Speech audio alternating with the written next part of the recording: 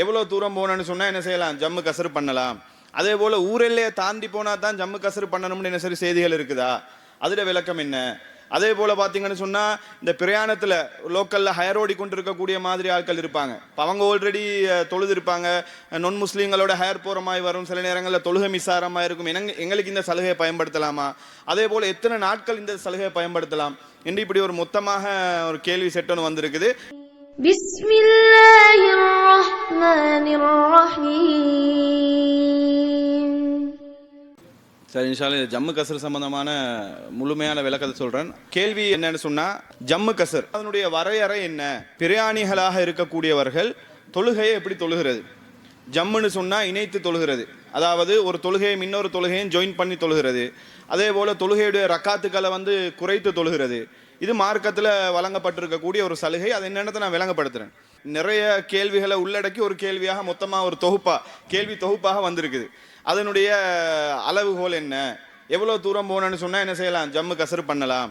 அதே போல் ஊரெல்லையை தாண்டி போனால் தான் ஜம்மு கசரு பண்ணணும்னு என்ன சரி செய்திகள் இருக்குதா, அதில் விளக்கம் என்ன? அதே போல் பார்த்தீங்கன்னு சொன்னால் இந்த பிரயாணத்தில் லோக்கலில் ஹயர் ஓடி கொண்டு இருக்கக்கூடிய மாதிரி ஆட்கள் இருப்பாங்க. இப்போ அவங்க ஆல்ரெடி தொழுது இருப்பாங்க. நான் முஸ்லீம்களோட ஹயர் போகிற மாதிரி வரும். சில நேரங்களில் தொழுகை மிஸ்ஸாரமாக இருக்கும்.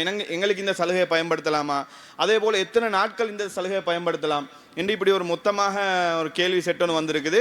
இது சம்பந்தமான ஒரு விளக்கத்தை முழுமையாக சொல்கிறேன் இன்ஷா அல்லாஹ். அதில் என்ன எல்லா கேள்விக்கும் உரிய ஆன்சர் கிடைக்கும். முதலாவது ஜம்மு கசருன்னா என்னன்றதை விளங்கிக் கொள்ளணும். அந்த வார்த்தைக்கு அர்த்தம் என்னன்னு சொன்னா இணைத்தல்னு சொல்லி அர்த்தம். ஜம்முன்ற வார்த்தைக்கு அர்த்தம் என்னன்னு சொன்னா இணைத்தல், ஒன்றை இன்னொன்றோட இணைக்கிறது. இப்ப பிரயாணிகளாக இருக்கக்கூடியவர்களுக்கு மார்க்கம் ஒரு சலுகையை வழங்குது. டிராவல் பண்ணும்போது எங்களுக்கு உண்மையிலேயே அது ஒரு நிறைய அசௌகரியங்களை சந்திக்கக்கூடிய ஒரு நிலை தான் டிராவலிங்ன்றது. பிரயாணத்தில் போகும்போது டைமுக்கு தொழுகிறது சிரமமாக இருக்கும், சாப்பாடுகள் கிடைக்கிறது சிரமமாக இருக்கும், நினைச்ச மாதிரி சாப்பிட முடியாமல் இருக்கும். இப்படி நிறைய சங்கடங்கள் உள்ளதுதான் பிரயாணம்ன்றது. அப்போ இஸ்லாம் என்ன பண்ணுதுன்னு சொன்னால், இந்த கஷ்டத்தெல்லாம் கவனத்தில் கொண்டு பிரயாணிகளாக இருக்கக்கூடிய ஆட்கள் தொழுகையை நீங்கள் சேர்த்து தொழுது கொள்ளலாம். இதுக்கு தான் ஜம்முன்னு சொல்லி சொல்றது. சேர்த்து தொழுகிறேன்னு என்ன, லுஹருடைய தொழுகையையும் அசருடைய தொழுகையையும் ஒரே நேரத்தில் தொழுகிறது. ஒன்று லுஹருடைய நேரத்தில் அசர் தொழுகையும் சேர்த்து தொழுகிறது, அல்லது அசருடைய நேரத்தில் லுஹர் தொழுகையும் சேர்த்து தொழுகிறது. இது ஜம்மு செய்யறன்னு சொல்லி சொல்லுவாங்க. ஒன்றை இன்னொன்றோட இணைக்கிறது. அடுத்து இன்னொன்று இருக்குது என்னன்னு சொன்னா கசர்னு சொன்னா சுருக்கிறது. பெருசா இருக்கிறோன்னு ஹாஃபா கட் பண்றது அல்லது சுருக்கிறது. இதுக்கு தான் என்ன செய்யறது, கசர்னு சொல்லி சொல்றது. பெருசா இருக்கிறத கொஞ்சம் சுருக்கிறது. பிரயாணிகளுக்கு இன்னொரு சலுகை இருக்குது என்னன்னு சொன்னா, 4 ரக்காத்தா இருக்கக்கூடிய தொழுகையை 2 ரக்காத்தா சுருக்கி தொழுது கொள்ளலாம். இப்போ லுஹருடைய தொழுகை 4 ரக்காத்துன்னு சொன்னா நீங்க 2 ரக்காத்தா தொழலாம். அசருடைய தொழுகை 4 ரக்காத்துன்னா அதை 2ஆக தொழலாம். அதே போல மஹரிபுடைய 3 ரக்காத்தை 2ஆ தொழலாமான்னா அது தொழிலாது, அது 3 ரக்காத்தான் தொழணும். சுபஹுக்கு ஆல்ரெடி 2 ரக்காத்தான் இருக்குது, அதை சுருக்கி என்ன செய்யலாது, தொழ இயலாது. அப்ப இது பிரயாணிகளுக்கு வழங்கப்பட்டிருக்கக்கூடிய ஒரு சலுகை. இதுதான் ஜம்மு கசருன்ற அந்த வார்த்தைக்குரிய விளக்கம்.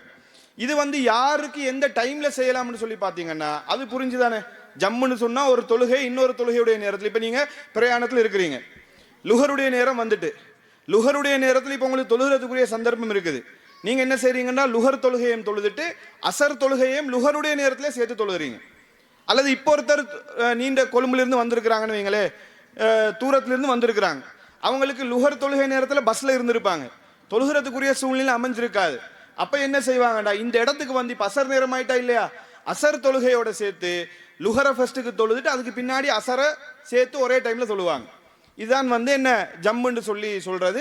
கசருன்றது அதே 4 ரக்காத்தை 2 ரக்காத்தாக சுருக்கிறது. இது யாருக்குன்னு சொன்னா பிரயாணிகளுக்கு சலுகை இருக்குது. பிரயாணிகள்னு சொன்னா எந்த கேட்டகரி, எவ்வளவு அளவு. இப்போ ஒருத்தர் இங்க கசாவத்தில் இருந்து அக்கூர்னா டவுனுக்கு போறாரு, இதுவும் டிராவலிங் பண்ணி போறேன்னு சொல்லிட்டு ஒருத்தர் ரெடி ஆகி போறேன்னு சொன்னா இது பிரயாணத்துல வருமா? அல்லது இங்கிருந்து கடுவஸ்தோட்ட வரைக்கும் ஒருத்தர் போறாரு, ஃபுல்லாக ரெடியாகி ட்ராவல் போகிற மாதிரி பிரயாணம் போகிற மாதிரியே ரெடியாகி கடல் தொடங்கி போகிறாரு, இது பிரயாணத்தில் வருமா?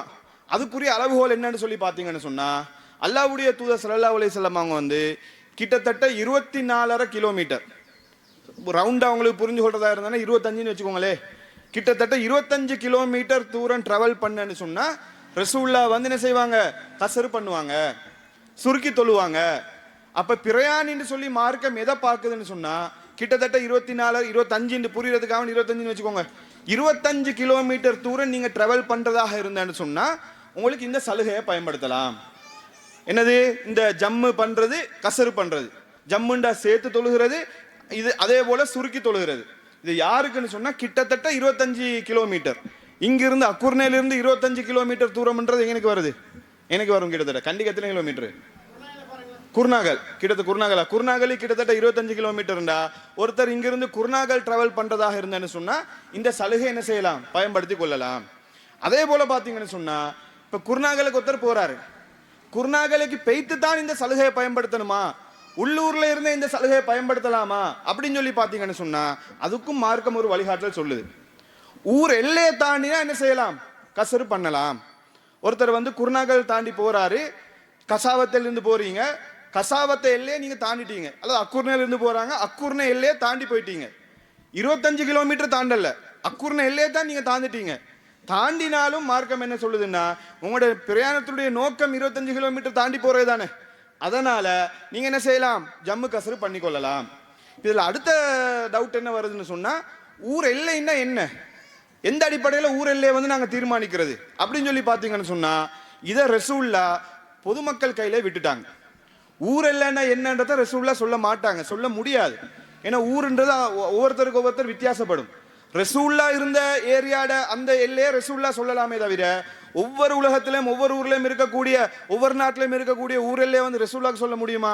சொல்ல முடியாதுன்றதுனால ரசூல்லா என்ன பண்ணிருக்கிறாங்கன்னா, இஸ்லாம் என்ன பண்ணிருக்குன்னா அதை நமக்கு கொமனா விட்டுட்டாங்க. ஊர் எல்லை எதுன்றதை நீங்க தான் தீர்மானிக்கணும், கசாவத்தினுடைய எல்லை எதுன்றதை நீங்க தான் தீர்மானிக்கணும், அல்லது அக்குர்னையுடைய எல்லை எதுன்றத அக்குர்ன மக்கள் தான் தீர்மானிக்கணும். இப்ப உதாரணமா நீங்க டிசைட் பண்ணி வச்சிருக்கீங்க அக்குர்னையுடைய எல்லை வந்து உதாரணமா இந்த அக்குர்னை உள்ளுக்கு என்டர் ஆகும்போது வெல்கம் போர்ட் போட்டிருக்குதா இல்லையா, வெல்கம் டு அக்குர்னு சொல்லி, இதுதான் அக்குர்னையுடைய எல்லை. அதை தாண்டிட்டேன்னு சொன்னா அக்குர்னை கிடையாது என்று நீங்க டிசைட் பண்ணீங்கன்னு சொன்னா இப்போ ஒருத்தர் கொழும்புக்கு ரெடியாகி பயணம் போறாரு. இப்ப என்ன செய்யறாரு? அந்த அக்குர்னை வெல்கம் டு அக்குர்னை அந்த போர்டை தாண்டி போயிட்டாரு. இப்ப அவருக்கு என்ன செய்யலாம்? ஜம்மு கசரு சலுகையை பயன்படுத்திட்டு தொழுதுட்டு அவருக்கு என்ன செய்யலாம்? கொழும்புக்கு போய்த்திடலாம். இது ஒரு பகுதி. ஸோ ஊர் எல்லை யாரு தீர்மானிக்கணும்னு சொன்னா நாங்க தான் தீர்மானிக்கணும். உங்க ஊர் எல்லைன்றதை நீங்க தான் முடிவெடுக்கணும். அது ஆல்ரெடி மக்கள் முடிவெடுத்திருப்பாங்க, இதுதான் நம்ம உள்ள ஏரியா அப்படின்னு சொல்லி என்ன செஞ்சிருப்பாங்க? டிசைட் பண்ணிருப்பாங்க. அது அந்தந்த மக்கள் முடிவு பண்ணி கொண்டு போற விஷயம். இது ஒண்ணு. அடுத்தது ஜம்முன்னு ஒண்ணு இருக்குது, கசருன்னு ஒன்று இருக்குது. சொன்னா இல்லையா? ஜம்முன்றது ஒரு தொழுகை இன்னொரு தொழுகையோட சேர்க்கிறது, கசருன்றது வந்து சுருக்கிறது. இதுல ஜம்மு பண்றதுக்கு ஒரு தொழுகையை இன்னொரு தொழுகையோட சேர்த்து தொழுகிறதுக்கு பிரயாணம் பண்ணணும்னு அவசியம் கிடையாது. உள்ளூர்ல வச்சு தேவைப்பட்டன்னு சொன்னா இக்கட்டான சூழ்நிலைகள் வரும்போது உள்ளூர்ல வச்சே என்ன செய்யலாம்னு சொன்னா ஜம்முன்ற இந்த சலுகையை பயன்படுத்தலாம். ஜம்முன்னா என்ன? ஒரு தொழுகையை இன்னொரு தொழுகையோட சேர்க்கிறது. லுஹர் தொழுகையை மசர் தொழுகையும் சேர்க்கிறது. ரெண்டா இல்ல, நாலாவே தொழுகிறது. இது என்ன செய்யலாம்னு சொன்னா உள்ளூர்ல இருக்கும் போதும் சில நேரங்கள்ல செய்யலாம், எப்பவுமே அல்ல. அப்பப்ப என்ன சரி ஒரு சூழ்நிலை மாட்டுது. உதாரணமா ஹதீஸ்ல எப்படி வருதுன்னு கேட்டா ரசூல்லா மலையே இல்லாம எந்தவித அச்சமும் இல்லாம ரசூல் என்ன பண்ணிருக்கிறாங்கன்னு சொன்னா தொழுகையை சேர்த்து தொழுது இருக்கிறாங்க. அதாவது 4+4 இந்த மாதிரி சேர்த்து தொழுது இருக்கிறாங்க. அப்ப பிரயாணம்ன்றது எதுக்குன்னு சொன்னா கசரு பண்றதுக்கு தான் பிரயாணம். 4 2 சுருக்கிறதுக்கு தான் பிரயாணம் போகணுமே தவிர இப்ப உள்ளூர்ல ஒரு தர்ம சங்கடமான ஒரு சூழ்நிலை வருது, இப்ப உங்களுக்கு தொழுகை மிஸ் ஆகும்ன்ற அளவுக்கு என்ன சரி ஒரு சிச்சுவேஷன் ஊருக்குள்ள வந்துட்டுன்னு வைங்களே, இப்ப அவங்க என்ன செய்யலாம்னு சொன்னா ஓகே இன்றைக்கு நான் வந்து இதை ஜம்மு பண்ணிக்கொள்றேன், தொழுகை மிஸ் ஆகிற மாதிரி ஒரு சூழ்நிலையா இருக்குது, அதனால நான் 4+4 தொழுகிறேன்னு சொல்லி என்ன செய்யலாம்? அவங்க அதை வந்து ஜம்மு பண்ணி கொள்ளலாம். பிரயாணம் போனால் தான் தொழுகையை வந்து சுருக்குறன்ற கன்செப்ட் எப்ப வரும்னு சொன்னா பிரயாணம் போனால் மட்டும்தான். இது ஒண்ணு. இப்ப ஒருத்தர் உள்ளூர்ல இருந்து கொழும்பு போக ரெடி ஆகிறாரு, கொழும்புக்கு போறதுக்கு தயாராகிறாரு, அவரோட பயணம் 100 கிலோமீட்டர் தாண்டி போக போகுது. பட் என்ன செய்ய போறாருன்னு சொன்னா ஊரெல்லையே தாண்டல, லுஹருக்கு பாங்க சொல்லிட்டு நான் இங்க வச்சே தொழுதுட்டு போக போறேன்னு நீங்க டிசைட் பண்ணீங்கன்னு சொன்னா லுஹருடைய நேரத்துல போக போறேன்னு வைங்களே 4+4 தொழுதுட்டு போகலாம். ஊர்ல வச்சே தொழுகிறதா இருந்தா ஊர் எல்லையே தாண்டாமல் ஊர்ல வச்சே தொழுகிறதா இருந்தேன்னு சொன்னா 4+4 தொழலாம் லுஹரே மசரேன். ஊர் எல்லையே தாண்டினால்தான் 2+2 தொழலாம். ஏன்னா ஊருளுக்கு இருக்கும் போது ஜம்மு பண்ணலாம் என்ற அடிப்படையில 4+4 தொழுதுட்டு என்ன செய்ய வேண்டியதான்? பிரயாணத்தை ஆரம்பிக்க வேண்டியதான். இது ஒரு விஷயம். அதே போல இன்னொரு கேள்வி அதுல என்னன்னு சொன்னா சுபஹுடைய நேரத்துக்கு என்ன சரி சலுகைகள் இருக்குதா? சுபஹ பொறுத்த மட்டும் சுபஹு மஹரிப் இது ரெண்டையும் பொறுத்த மட்டும் தொழுகையுடைய ரக்காத்துல எந்தவித சலுகையும் கிடையாது. இருக்கிறது 2 ரக்காத் தான். அந்த 2 ரக்காத் என்ன செய்ய வேண்டியதான், தொழ வேண்டியதான். மஹரிபுக்கு வந்து 3 ரக்காத் தான் இருக்குது. அதுல வந்து சுருக்கிறதுக்கு எதுவுமே இல்லை, 3 ரக்காத்தை தொழுதே ஆகணும். சுபஹுக்கு மட்டும் ஸ்பெஷலா என்ன ஒரு சலுகை இருக்குன்னு சொன்னா, இப்போ உதாரணமா ஃபஜ்ருடைய நேரம் 5 மணிக்குன்னு வைங்களே, நீங்க வந்து 4:30க்கே பயணம் போற மாதிரி ஒரு சூழ்நிலை, 4:30க்கே பஸ் வருது. இப்போ நீங்க பஸ்ஸுக்கு ஏறிட்டீங்கன்னு சொன்னா உங்களுக்கு சுபஹு தொழுகையை தொழுது கொள்ள இயலாத ஒரு சூழ்நிலை வருது. இப்படி ஒரு நிலை ஏற்பட்டுன்னு சொன்னா சுபஹுடைய தொழுகைக்கு மட்டும் ஒரு சலுகை இருக்குது. அதனுடைய நேரத்துக்கு முன்னாடியே என்ன செய்யலாம், தொழுதுட்டு போகலாம். ரசூல்லா வந்து பிரயாணம் போகும்போது ஃபஜ்ருடைய நேரம் வர்றதுக்கு முன்னாடியே என்ன செஞ்சிருக்கிறாங்க, சுபஹ தொழுகையை தொழுதுட்டு போயிருக்கிறாங்கன்னு சொல்லி ஹதீஸ் இருக்குது. அப்ப அந்த அடிப்படையில ஒருத்தர் வந்து உதாரணமா 5 மணிக்கு ஃபஜ்ர்னு சொன்னா 4:30க்கு ஒருத்தர் வந்து பயணம், ட்ரெயின் 4:30க்கு, வேற வழியே இல்லை, போய்தான் ஆகணும். அப்ப என்ன செய்ய வேண்டியதா, 4:30க்கே தொழுதுட்டு போகலாம். இது ஒரு விஷயம். அடுத்த விஷயம் என்னன்னு சொன்னா, இந்த சலுகை எவ்வளவு நாளைக்கு பயன்படுத்துறது. பிரயாணம்னு சொன்னா டிராவலிங்ல அந்த டிராவல் பண்ணிட்டே இருக்கிறது தான் பிரயாணமா, அல்லது ஒரு ஊர்ல போய் நிக்கிறாரு, ஒரு 3 days ஸ்டே பண்றாரு, அல்ல ஒரு 1 week ஸ்டே பண்றாரு, இவங்களுக்கு இந்த சலுகையை பயன்படுத்தலாமான்னு சொல்லி பார்த்தா தாராளமாக பயன்படுத்தலாம். இதுக்கு வந்து மார்க்கம் எந்தவித வரையறையும் சொல்லலை. இத்தனை நாள் தான் ஜம்மு கஸ்ர் பண்ணணும், இத்தனை நாள் தான் செய்யலாம்னு சொல்லி மார்க்கத்தில் எந்த ஒரு வரையறையும் சொல்லல. ரசூல்லா பிரயாணம் செய்யும் போது என்ன பண்ணிருக்கிறாங்கன்னு சொன்னா 15 நாட்கள் தங்கும் போது 15 நாளும் பண்ணிருக்கிறாங்க, 17 நாட்கள் தங்கினா 17 நாள் ஜம்மு கஸ்ர் பண்ணிருக்கிறாங்க. அப்ப இத்தனை நாள் இருந்தால் தான் ஜம்மு கஸ்ரு, 25 நாளுக்கு தாண்டினா பண்ணேலாத, அப்படியெல்லாம் மார்க்கத்தில் எந்த நிபந்தனையும் இல்லை. பிரயாணம்னு நீங்க முடிவெடுத்து போறீங்க, ஒரு வேலை விஷயமா போறீங்க, உதாரணமா கொழும்பு போறீங்க, ஒரு மாசம் தங்க வேண்டி வருது, நீங்க தாராளமா என்ன செய்யலாம், இதை வந்து பயன்படுத்தலாம். அடுத்த கேள்வி என்னன்னு சொன்னா, இதுலயே இப்போ ஒருத்தர் வந்து டிராவல் பண்ணி போயிட்டாரு, அவருக்கு தொழுகை டைமுக்கு தொழுகிறதுக்குரிய வாய்ப்பும் இருக்குது. அப்ப இவர் வந்து ஜம்மு கஸ்ர் பண்ணித்தான் ஆகணுமா, அல்லது டைமுக்கு தொழுதுட்டு போனா பிரச்சனை இல்லையா? சில நேரங்கள் இப்படியும் சில சங்கடமான சூழ்நிலை வருது, என்ன செய்யறதுன்னு சொல்லி கேட்குறாங்க. சலுகையை பொறுத்த மட்டும் அல்லாஹ்வுடைய தூதர் ஸல்லல்லாஹு அலைஹி வஸல்லம் அவங்க வந்து சலுகை ஒரு மூமின் பயன்படுத்துறது வந்து மார்க்கம் விரும்புது. அது வந்து தப்பு கிடையாது, தாராளமாக செய்யலாம். சலுகைன்றது ஒவ்வொருத்தருக்கும் ஒவ்வொரு சூழ்நிலையில் சில சலுகைகள் வழங்கப்பட்டிருக்குது. பெண்களுக்கு வந்து நோன்பு பிடிக்கிறதுல சலுகை வழங்கப்பட்டிருக்கும். அதே போல டிராவல் பண்ணும்போது நோன்பு பிடிக்கிறதுலையும் சலுகை இருக்குது. இப்போ ஒருத்தர் நீண்ட பிரயாணம் போறாரு, அவருக்கு வந்து நோன்பு பிடிச்சிட்டு தான் போகணுமான்னு சொல்லி பார்த்தா அப்படியெல்லாம் கஷ்டமா இருந்தால் தாராளமாக நோன்பு விட்டுட்டு போகலாம். அல்லாஹ் வந்து இவன் நோன்பு விட்டுட்டு போயிட்டான், ஈமான்ல குறைஞ்சவன், அப்படியெல்லாம் நல்லா நினைக்க மாட்டான். அல்லாஹ் இதை பார்த்து சந்தோஷம் தான் படுவான்.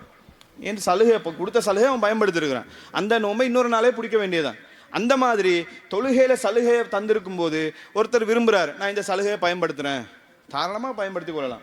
ஒருத்தர் நினைக்கிறார், இல்லை நான் வந்து பிரயாணம் வந்தாலும் தொழுகை டைம்ல பள்ளியில தான் இருக்க போறேன், வேற எங்கேயும் நான் போகல, இன்றைக்கு வெளியில போறதுக்கு வேலை எதுவுமே இல்லை, இதே டைம்ல நான் என்ன செய்யறேன், சுருக்கி பள்ளியில இருந்தே டைமுக்கே நான் தொழுகிறேன் இன்னும் டிசைட் பண்ணா அவனை கூப்பிட்டு வச்சு நீ சுருக்கித்தான் தொழணும்னு எங்களுக்கு நிர்பந்தப்படுத்தவும் மேலாது. கட்டாயமா சேர்த்து தான் தொழணும், அது வந்து எப்படி நீங்க டைமுக்கு தொழுவீங்க அப்படியெல்லாம் சொல்லவும் மேலாது. அதே போல் ஒருத்தர் வந்து லாங் டேர்ம் ட்ராவலிங் போறாரு, வெளிநாட்டுக்கு போவாங்க, ஜப்பானுக்கு போவாங்க, நிறைய பேர் போய் அங்கே வந்து 1 வருஷம் 2 வருஷம் இருப்பாங்க. அதுவும் ட்ராவலிங் தான், சொந்த நாடு அங்கே, இதுதான் சொந்த நாடு. இவங்க என்ன செய்யலாம்னு சொல்லி பார்த்தா அவங்களுக்கும் அனுமதி இருக்குது. ஆனால் இன்னொரு விஷயத்தை, இந்த சலுகைகளை பயன்படுத்தும் போது சில விஷயங்களை கன்செப்டை புரிஞ்சுக்கொண்டு என்ன செய்யணும், பயன்படுத்தணும். என்ன, தொழுகை வந்து அல்லாஹ் சொல்றான், இது வந்து நேரம் குறிப்பிடப்பட்ட கடமைன்னு அல்லாஹ் சொல்றான். தொழுகைன்றது வந்து அது வந்து நேரம் குறிப்பிடப்பட்ட கடமை. நீங்க ஒரு 2 வருஷத்துக்கு தொடர்ந்து ஜம்மு கஸ்ரே பண்ணிட்டு இருந்தேன்னு சொன்னா நீங்க என்ன சிக்கல் வரும்னா, அந்த நேரம் குறிப்பிடப்பட்ட கடமை, அந்த டைமுக்கு தொழுகிறன்ற கன்செப்ட் இல்லாம போற மாதிரி ஒரு சூழ்நிலை வருது. அதனால அதையும் பேலன்ஸ் பண்ணிட்டு, எனக்கு சூழ்நிலைகள் டைட்டா வரும்போது நான் ஜம்மு கஸ்ர் பண்ணிக்கொள்றேன், மற்ற டைமுக்கு நான் டைமுக்கு தொழுகிறேன் ஒருத்தர் முடிவு எடுக்கிறாரு. அப்படி இல்லாட்டி சில ஆட்கள் போய் வெளிநாடுகளில் செட்டில் ஆகிருப்பாங்க, ரெசிடென்ஸ் எடுத்திருப்பாங்க, அல்லது சிட்டிசனாகவே ஆகிருப்பாங்க ஒவ்வொரு நாடுகளில். அப்போ அவங்க என்ன செய்யலாம்னு சொன்னா, அவங்க முடிவு எடுக்கிறாங்க, இல்லை பிஆர் எடுத்துட்டேன், நான் இங்கே பெர்மனண்டா இங்கே தான் இருக்க போறேன். அப்போ நான் என்ன செய்யறேன், ஊருக்கு போறத, ஸ்ரீலங்காவை வந்து என்ன செய்யறேன், நம்ம வந்து ஒரு பயணத்துக்குரிய டெஸ்டினேஷனா நான் வச்சுக்கொள்றேன், டிராவலிங் குறி, இது என் சொந்த இடமா நான் கருதுறேன். சொந்த இடமா வந்து நான் இதை டிசைட் பண்றேன்னு ஒருத்தர் டிசைட் பண்ணேன்னு சொன்னா அதையும் எங்களுக்கு குறை சொல்ல முடியாது. அவர் என்ன செய்வார்னு சொன்னா, இருக்கிறது பூரா வெளிநாட்டில் தான் இருப்பாரு, இருக்கிறது பூரா செட்டில் ஆகி அங்கே தான் இருப்பாரு. ஸ்ரீலங்காவுக்கு வந்து போறது ஒரு வீக் லீவ்ல வந்துட்டு போவார். அவர் இதை டிராவலிங்கா பயன்படுத்துறார். நான் ஊர்ல ஜம்மு கஸ்ர் பண்ணிட்டு அங்க போய் நான் என்ன செய்ய போறேன், டைமுக்கு தொல்ல போறேன்னு சொன்னா அதையும் நமக்கு என்ன செய்ய இயலாது, தடுக்க இயலாது. ஸோ ஜம்மு கஸ்ர்ன்ற இந்த மாதிரி உள்ள எல்லா விஷயங்களையும் உள்ளடக்கினதுதான்.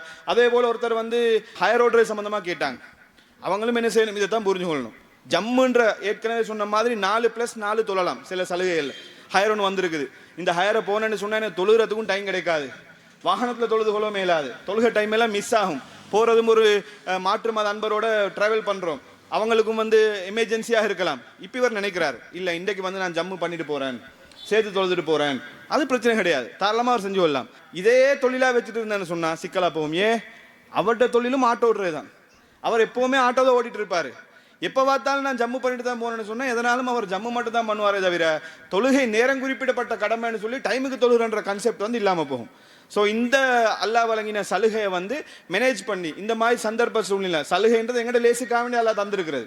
அப்போ அந்த ஒரு அடிப்படையை கவனத்தில் கொண்டு இந்த சலுகைகளை பயன்படுத்துறது மிக பொருத்தமாக இருக்கும்னு சொல்லி கேட்குறேன். அதாவது பெண்கள் பதில் என்ன கேட்குறாங்கன்னு சொன்னால், ஜம்மு கசரு பண்ணும்போது முன்பின் சுண்ணத்தெல்லாம் தொழணுமான்னு சொல்லி கேட்குறாங்க. அதாவது இந்த சலுகையே எதுக்குன்னு சொல்லி சொன்னால், கடமையை நிறைவேற்றுறதே உங்களுக்கு கஷ்டம், கடமையை நிறைவேற்றதே உங்களுக்கு சிரமமான சூழ்நிலை இருக்குது ட்ராவல் பண்ணும்போது, அதனால் நீங்கள் கடமையே நீங்கள் கொஞ்சம் அட்ஜஸ்ட் பண்ணிக்கொள்ளுங்க என்று சொல்லி மார்க்கம் சலுகை தந்திருக்கும் போது சுண்ணத்தை பற்றி கேள்வியே வராது. கடமைக்கே நாளர் வந்து ரெண்டா தொழுங்கன்னு சொல்லும்போது நீங்கள் முன்பின் சுண்ணத்தெல்லாம் தொழும்னு சொல்லி மார்க்கம் சொல்லுமா? அந்த டைமில் எல்லாம் உங்களுக்கு போனஸாக அதனுடைய நன்மையை தருவான்.